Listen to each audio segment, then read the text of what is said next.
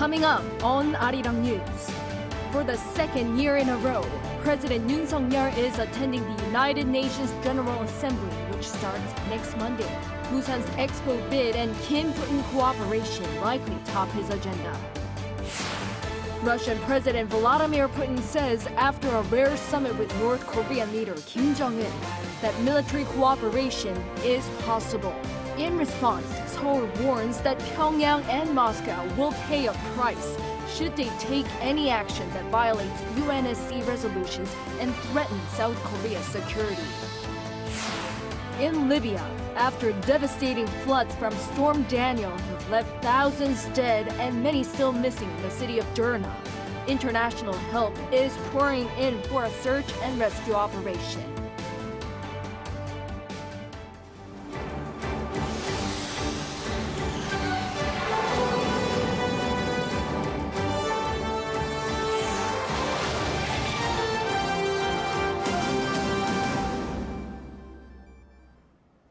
Good evening. It's 9 p.m. here in Seoul. Thank you for joining us on Arirang News. South Korean President Yoon Suk-yeol will be heading to New York for the United Nations General Assembly starting next Monday. He'll have an array of bilateral meetings with his global counterparts and embark on a diplomatic campaign to promote Busan's bid to host the World Expo in 2030, with the voting coming up in November. This major diplomatic event comes at a time when North Korea's Kim Jong-un and Russia's Vladimir Putin strengthen their ties. Our Kim Do-yeon starts us off. President Yoon Suk-yeol is looking to strengthen South Korea's status as a globally contributing country while making his biggest push yet for Busan's bid to host the World Expo in 2030. On Wednesday, the presidential office announced that President Yoon will be in New York from Monday to Friday. During this general meeting, the President will launch an all-out diplomatic campaign to get support for Busan's bid to host the World Expo in 2030. At the moment, around 30 meetings with other leaders are scheduled, with more in the works. This is something that no other South Korean president has attempted during overseas trips. As soon as he lands in New York, President Yoon will start his series of bilateral meetings with the leaders of Turkmenistan and the Czech Republic, among others. On the second day, he will meet with his Ghanaian counterpart as well as UN Secretary General Antonio Guterres. A number of bilateral sideline meetings will happen in between, including with 10 countries that South Korea never has met before one-on-one, such as San Marino and St. Lucia. The third day will be when Yoon speaks to the UN General Assembly. President Yoon will promise to the world continued enhancement of official development assistance to close the global development gaps, support to reduce carbon emissions and the transition to clean energy in climate-vulnerable countries, and for South Korea to be responsible for the world enjoying the benefits of digital technology. Kim also explained that Yoon will have the opportunity to share South Korea's vision as a non-permanent member of the UN Security Council for 2 years starting in 2024. On Thursday, he will be returning to New York University's Digital Vision Forum, as last year he was there to emphasize the importance of digital technologies in contributing to the expansion of freedom. He is expected to re-emphasize South Korea's taking the lead in creating regulations for fair and equitable access to digital assets. On his last day, he will wrap up his stay in New York with meetings with the leaders of the Pacific Islands. While the top office's focus may be on winning votes at BIE for Busan's bid to host World Expo 2030, it does come with the backdrop of North Korean leader Kim Jong-un visiting Russia's Vladimir Putin, with the two strengthening military cooperation. An official says the public can expect an appropriate analysis and message for the two in Yoon's speech to the UN General Assembly. Kim Do-yeon, Arirang News. After wrapping up a summit with Russian President Vladimir Putin, North Korean leader Kim Jong-un is reportedly on his way to a Russian jet production plant in Khabarovsk. Also following the summit, Kim extended Putin an invitation to North Korea, which the Kremlin just moments ago said was accepted by its leader. Our Choi Min-jung reports. North Korean leader Kim Jong-un's next destination in Russia seems to be a jet production plant in Khabarovsk region. Local sources said that Kim has already left for the city, which is around 1,000 kilometers away from where the summit was held. Citing a Russian government source, Japan's Kyodo News reports that Kim will arrive Thursday evening and attend a dinner with Russia's defense minister and the governor of Khabarovsk. Putin had earlier announced that Kim would visit Russia's jet production plant located in the region. The tour of the production plant that manufactures Russia's advanced multi-purpose fighters is expected to take place Friday morning. Kim is then expected to go further south to Vladivostok, where he's anticipated to tour the Pacific Fleet and Far Eastern Federal University before departing to North Korea late at night. Following Wednesday's summit, Kim Jong-un invited Vladimir Putin to visit North Korea.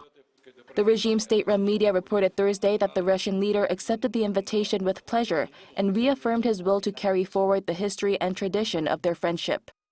With regards to military cooperation between the two countries, Putin reportedly said that military technology cooperation with North Korea would still be possible within international regulatory frameworks. This implies that Russia, who's a permanent UNSC member, is seeking ways to cooperate with North Korea while not violating UNSC sanctions. Also ongoing from the summit, Russia's foreign minister is set to visit Pyongyang in October to hold further discussions with his North Korean counterpart. The two are seeking to revive their economic cooperation, which was halted due to the pandemic. Meanwhile, the South Korean government says any actions by North Korea and Russia that violate UNSC resolutions and threaten South Korea's security will come at a clear cost. The National Security Council committee members on Thursday called on Moscow and Pyongyang to not get involved in an arms trade. Choi Min-jung, Arirang News. As the nation looks to close the gap between the Seoul metropolitan area and regions outside it, President Yoon today launched a new committee aiming for policies to decentralize authority and promote balanced growth nationwide. Our correspondent Oh Soo-young has the details. South Korea will establish new locally driven special zones throughout the country, offering more attractions for firms and younger workers to narrow the gap between the capital area and the country's regional economies. On Thursday, at the southern port city of Busan, President Yoon Suk-yeol announced the launch of the Presidential Committee for Decentralization and Balanced Development. The gap between regional economies and the country's metropolitan area, comprising Seoul, Incheon and Gyeonggi-do province, has been widening significantly over the past 10 years, to 5.6 percentage points in 2021. To build a basis for bustling ecosystems across the nation, local governments will be able to establish 4 types of special development zones with greater autonomy to initiate distinctive policies, compared to previous special economic zones that were driven by the central government. 저는 지역 균형 발전의 핵심으로 공정한 접근성, 지역의 재정 자주권 강화, 지역 스스로 발굴한 비교 우위 산업에 대한 중앙정부의 지원을 강조해 왔습니다. 그리고 저는 교육이 지역 발전의 핵심이라고 역설해 왔습니다.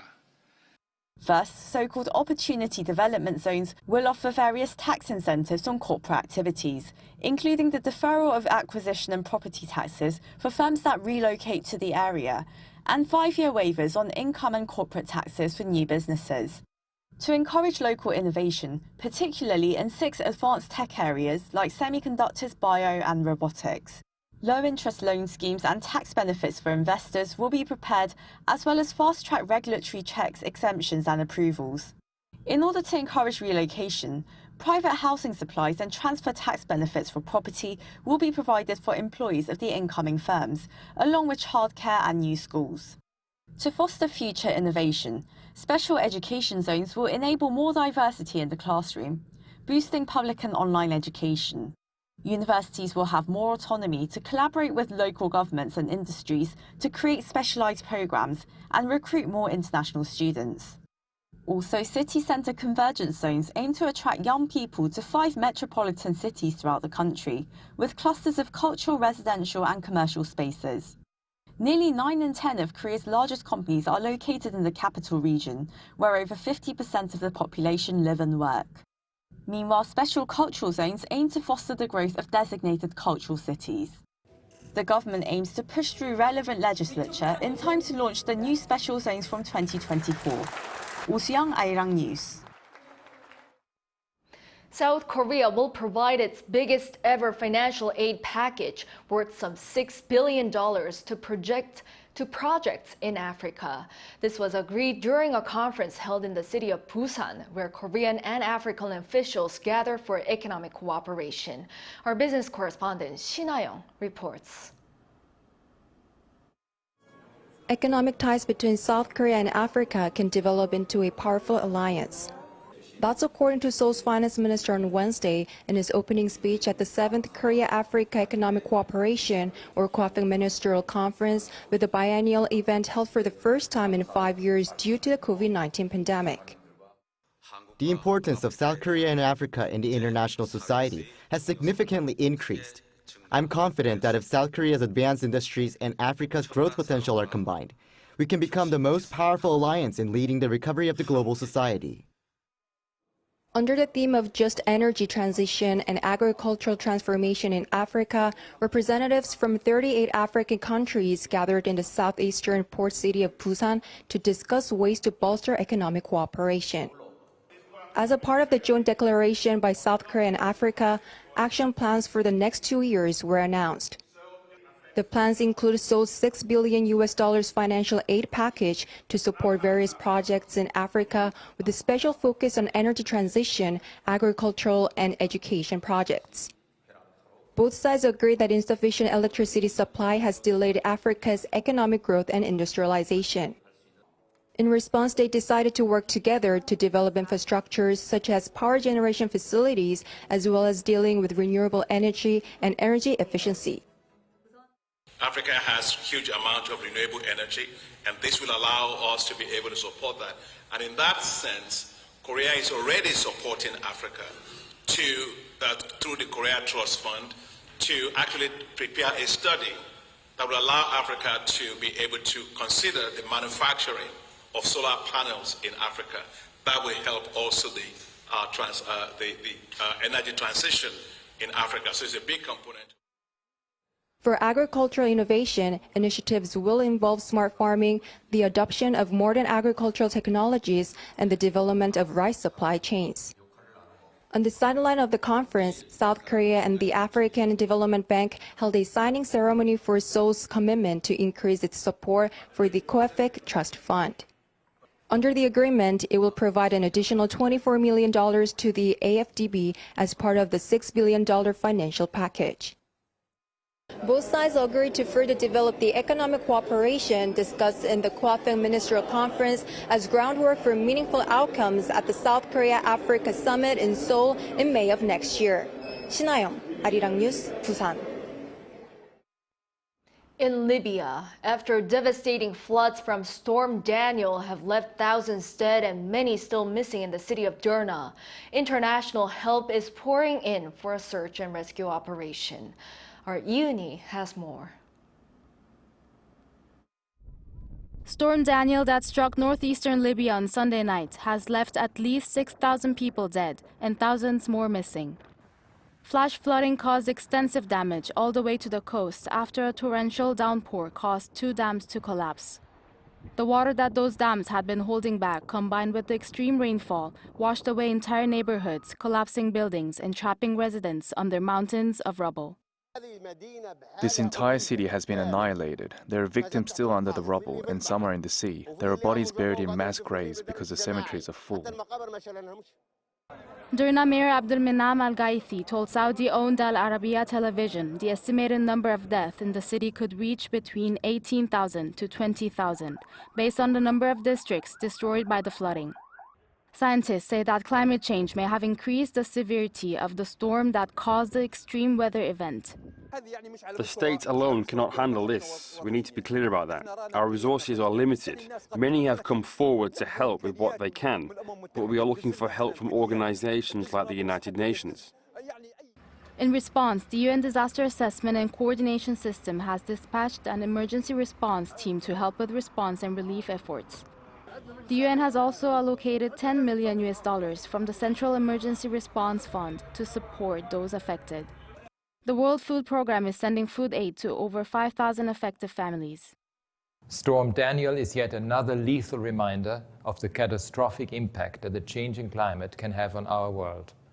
I call on all Libyan political actors to overcome deadlocks and divisions and to act collectively in ensuring access to relief.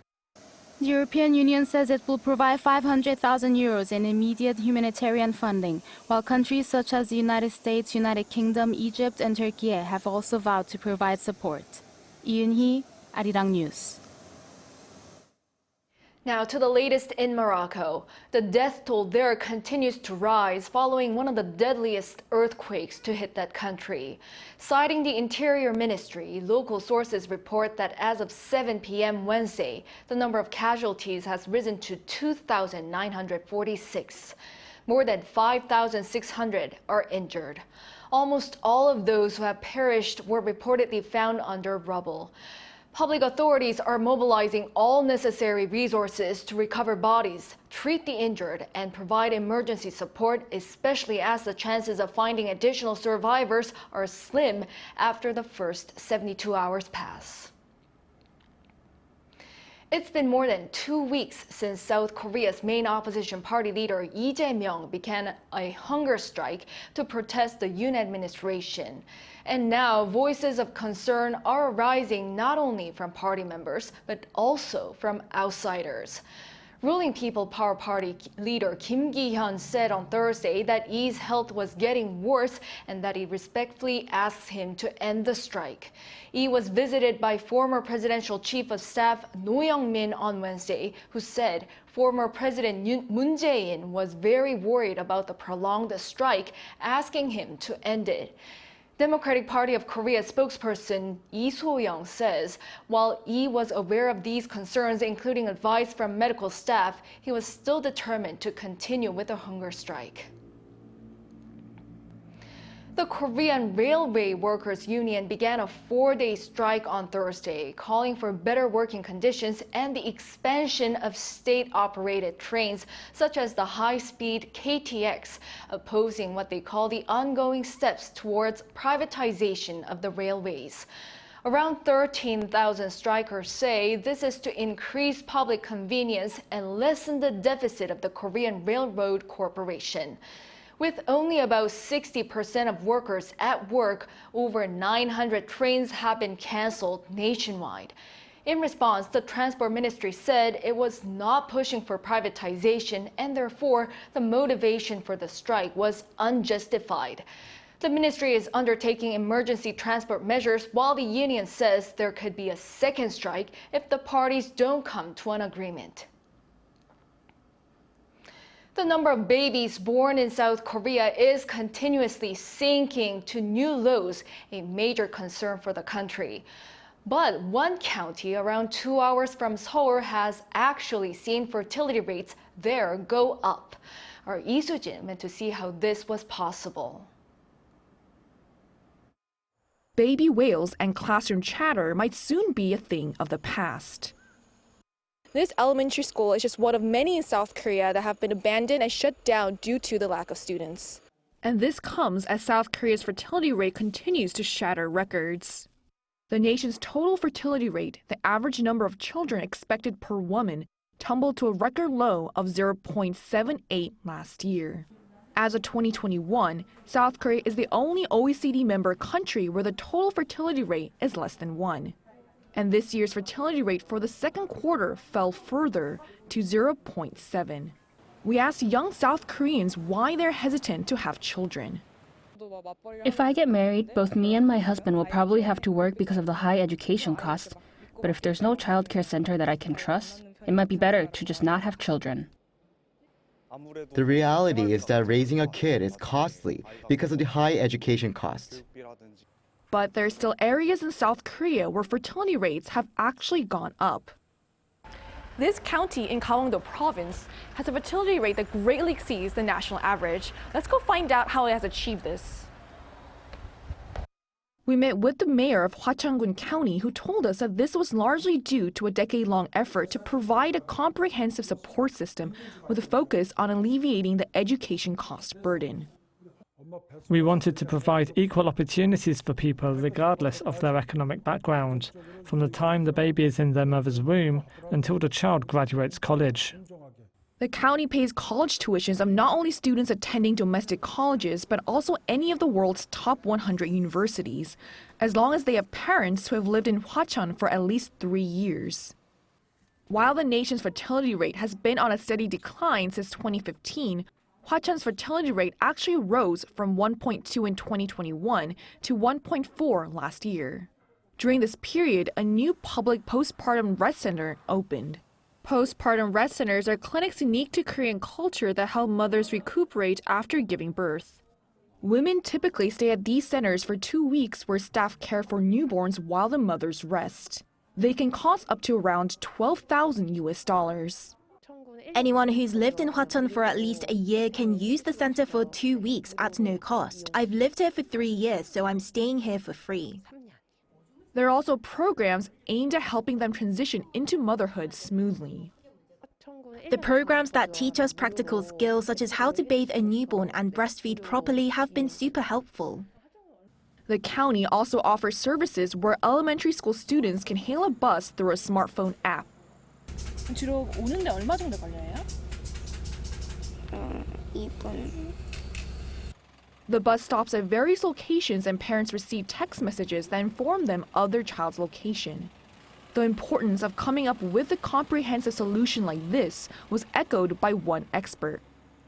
The government has already implemented various policies, including financial incentives for having children, improving work-life balance, and expanding childcare services. Yet to be effective, policies must take a comprehensive approach. She added that there also needs to be more measures aimed at providing affordable housing and stable jobs, as well as creating a cultural shift away from the traditional nuclear family structure. 이수진, Arirang News.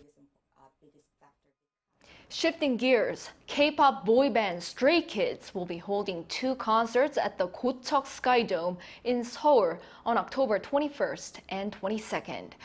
According to JYP Entertainment, the band's agency, this is the first time in 5 years for Stray Kids to perform in the Dome, the largest indoor performance arena in South Korea since their debut. Stray Kids are on a mini tour that saw them hold sold-out shows in Fukuoka, Nagoya, and Osaka in Japan prior to the Seoul concerts, which have been titled Seoul Special Unveil 13. Recently, the band has been actively engaging in both domestic and international activities, showcasing their immense popularity, and they also have received the Best K-pop Award at the 2023 MTV Video Music Awards. The mini tour returns to Japan for its finale shows at the Tokyo Dome on October 28th and 29th.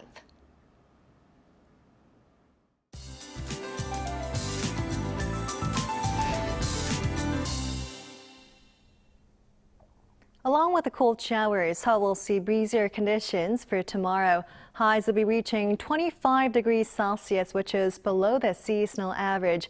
For the south of the country, warmer temperatures are in the forecast. As for the overall amount of rainfall, heavy downpours are expected for eastern Gangwon-do province with up to 120 millimeters. The coastlines of Jeollado province will see up to 100. Chungcheong-do province and the surrounding regions will see up to 80. Parts of central regions, including here in Seoul, can expect up to 60 millimeters. And depending on the movement of the rain clouds, locally heavy downpours are expected. Some regions may see 20 to 30 millimeters per hour, which can lead to potential flooding. Please take extra precautions. Tomorrow, Seoul and Gyeongju will be starting off at 22 degrees. Showers will continue on for the daytime. As for the daily highs, Seoul will get up to 25. Daejeon 26, Gyeongju and Busan will be making it to 28 degrees. Until next Monday, daytime temperatures will be on a rising trend, and frequent showers are expected for the next few days. That's all for now, and here are the weather conditions around the world.